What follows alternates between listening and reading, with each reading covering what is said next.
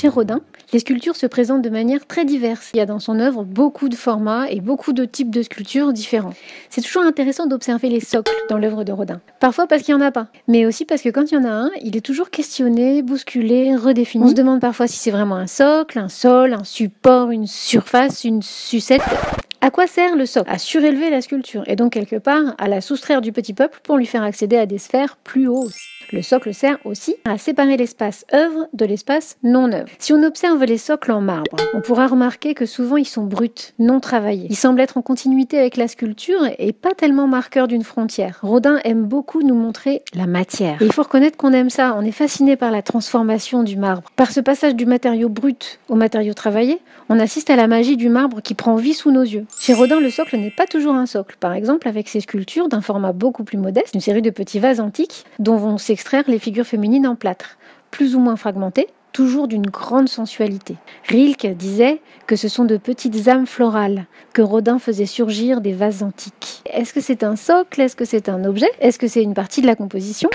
Si on observe les bourgeois de Calais, par exemple, c'est un ensemble de 6 figures qui sont reliées par un sol. Ce sol les réunit, même si ces figures ne se touchent pas. Et cette sculpture, qui est un ensemble, est une commande. Rodin, pour cette sculpture, avait prévu 2 possibilités d'installation, soit au sol, soit sur un grand socle. Alors s'il pensait l'installer à même le sol, c'est parce qu'il disait qu'il fallait que le groupe devienne plus familier, fasse entrer le public mieux dans l'aspect de la misère et du sacrifice. C'est à la hauteur du sol d'ailleurs qu'on peut la voir au musée Rodin. Cette hauteur, ça donne à l'ensemble quelque chose de frappant, une expression d'humanité.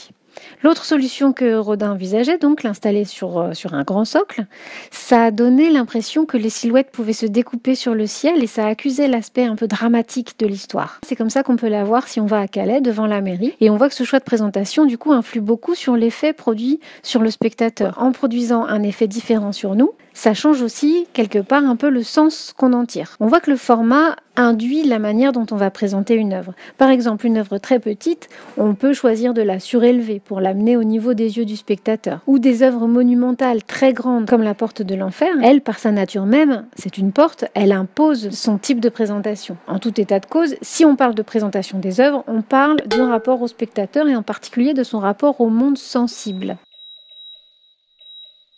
Sensible, ça veut dire qui s'adresse au sens. Donc l'accès à l'œuvre est un accès perceptif. Mais la perception d'une œuvre, ça dépend aussi de l'environnement dans lequel elle est présentée. Pour les œuvres exposées en plein air, par exemple, il y a une interaction assez forte et même parfois une continuité entre la sculpture et la nature. La nature paraît même devenir comme une sculpture vivante et la sculpture elle-même est étonnante de naturel et parfois semble vivre. Chez Rodin, il y a aussi un lien très fort entre la sculpture et l'architecture. Si on reprend l'exemple de la porte de l'enfer, c'est une commande pour la porte d'entrée des Arts déco. Donc c'est à la fois un élément architectural et une sculpture. On y retrouve des figures qu'on connaît déjà, comme les 3 ombres, comme le penseur, mais dans un contexte et dans un format très différent. En fait, elles expriment des choses qui sont très différentes de quand on les voit sur un socle.